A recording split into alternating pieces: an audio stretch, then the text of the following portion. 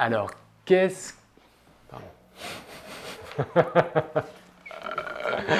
Désolé, il y a ton assistant là qui passe dans le champ et du coup, voilà.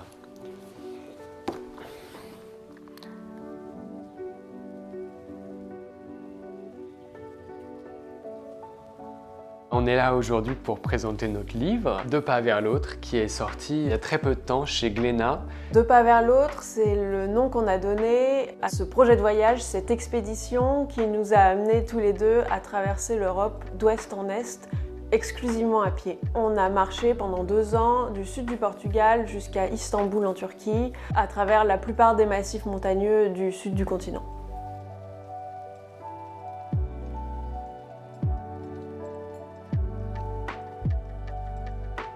On a accueilli 36 personnes de 13 nationalités différentes, parfois des gens qu'on connaissait, parfois des gens qu'on ne connaissait pas du tout, qui avaient découvert le projet via les réseaux sociaux.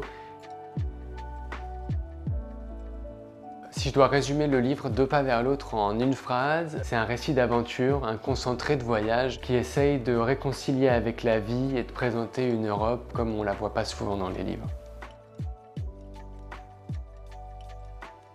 Ce qui nous a mené à entreprendre un voyage comme ça, c'est une sorte de craquage, de trop-plein de la vie citadine, travailler, capitaliser pendant la majeure partie de sa vie pour profiter après. Et on a choisi de profiter maintenant. Deux pas vers l'autre, derrière ce nom, il y a beaucoup de choses. Deux, déjà, pour nous, c'est le symbole du partage. C'est un projet qu'on a partagé intensément pendant le voyage, notamment à travers les réseaux sociaux. Ça représente l'effort, ça demande de rester curieux, parce que la curiosité, c'est certainement la chose qui nous fait le plus avancer. Durant ce voyage, en rencontrant l'autre, on n'a pas essayé de rencontrer nos pairs, des gens qui nous ressemblent, mais de rencontrer vraiment tous les gens sur notre route, de provoquer ces rencontres sans les forcer. L'autre, c'est tous ces gens rencontrés en chemin, c'est tous ces gens qui nous ont suivis, avec qui on a essayé de partager ce projet de façon honnête et sincère. L'autre, c'est aussi toutes ces merveilles qu'on n'avait pas en tête avant de partir, qui n'ont rien à envier à d'autres continents. Et évidemment, l'autre nous, l'autre part de nous-mêmes qui s'exprime dans des situations qu'on n'a pas l'habitude de rencontrer quand on sort de notre zone de confort. Ça devient compliqué, je pense, en 2022 de faire des choses qui n'ont jamais été faites. Ça demande de plus en plus de moyens, mais on n'a pas à avoir honte d'être le 2e, le 3e, le 100e peut-être à découvrir cet endroit. L'important, c'est de le découvrir parce qu'on a envie de le comprendre, plutôt que d'avoir envie d'être le premier à aller planter un drapeau. C'est un projet qui résonne beaucoup avec l'actualité pour plein de raisons.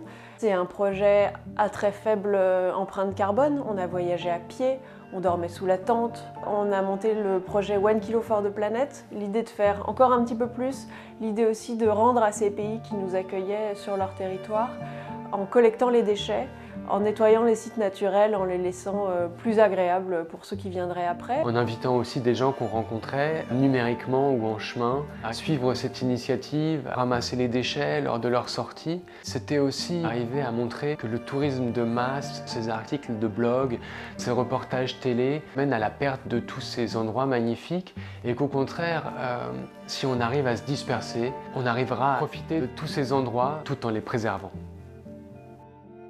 Dans notre propre continent, on peut voyager de façon plus responsable. Dans chacun des pays qu'on a traversés, on a pris une claque. Il y a l'Union européenne, qui est cette entité économique, politique, et à côté de ça, il y a l'Europe, qui est ce continent. C'est cette entité géographique qu'on voulait découvrir, montrer que l'Europe, elle est multiculturelle, qu'il y a plusieurs religions, qu'il n'y a pas une norme, une couleur de peau, une façon de vivre, et que plus on arrive à les découvrir, à être curieux, plus on apprendra à vivre ensemble. Un sujet qui est on ne peut plus actuel entre le Covid et la guerre en Ukraine, c'est la peur de l'autre. De temps en temps, on arrivait dans des endroits où on était vraiment l'étranger, traverser des zones assez peu touristiques. Les gens se demandaient vraiment ce qu'on faisait là et de temps en temps, il y avait une pointe de méfiance au début qui disparaissaient très vite. Ça, c'est aussi le pouvoir de la marche. C'est pas un choix qu'on a fait par hasard. C'était le seul moyen qui nous permettait de vivre le voyage qu'on avait imaginé. Déjà pour la rencontre, c'est sûr qu'à pied, la rencontre se fait beaucoup plus facilement, je pense. Déjà parce qu'il y a un temps d'approche, on voit quelqu'un au loin, on a le temps de s'étudier, il y a des regards qui peuvent être échangés.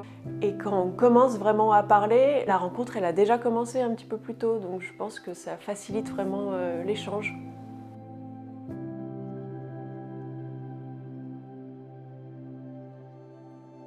Dans ce voyage, la marche, c'était à la fois un but et un moyen. On a une approche très moderne et ultra légère de la rando. C'est un sport, une activité physique qui est à la fois méditative et en même temps qui a ce côté extrême de dépassement de soi. On peut randonner sur des petits sentiers, on peut aussi randonner en montagne avec beaucoup de dénivelé dans les pierriers et sur des sentiers très techniques.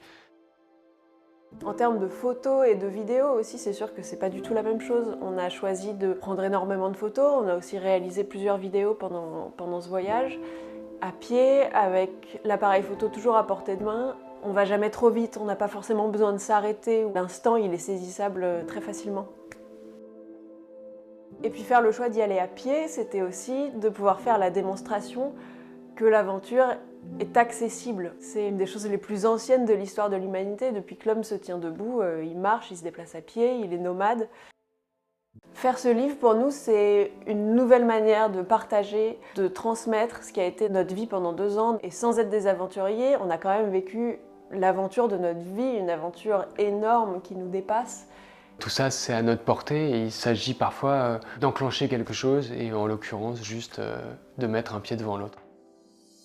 Dans le livre, on trouve évidemment un pur récit d'aventure, des belles rencontres, de la montagne, du risque. En 2 ans de traversée d'un continent à pied, il y a quelques galères. Ça a été un gros boulot de choisir ces photos sur les quelques dizaines de milliers d'images qu'on a rapportées du voyage, mais je crois que la crème de la crème se trouve là-dedans.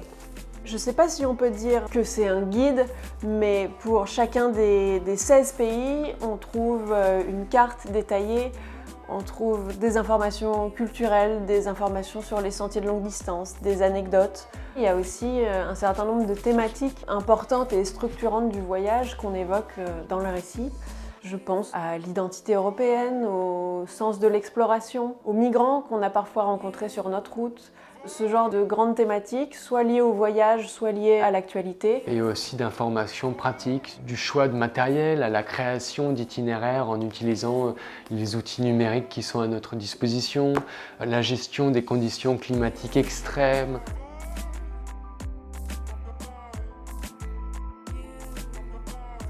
On a essayé de faire un livre qui puisse satisfaire les vrais gros lecteurs qui ont envie de s'immerger dans le récit.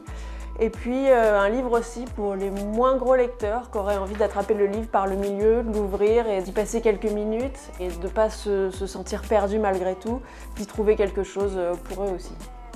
On trouve aussi des QR codes qui mènent via notre site internet sur les tracés GPS, sur les vidéos qu'on a tournées en route dans chaque pays. Il est sorti chez Glénat, maison d'édition vraiment référence en voyage et aventure.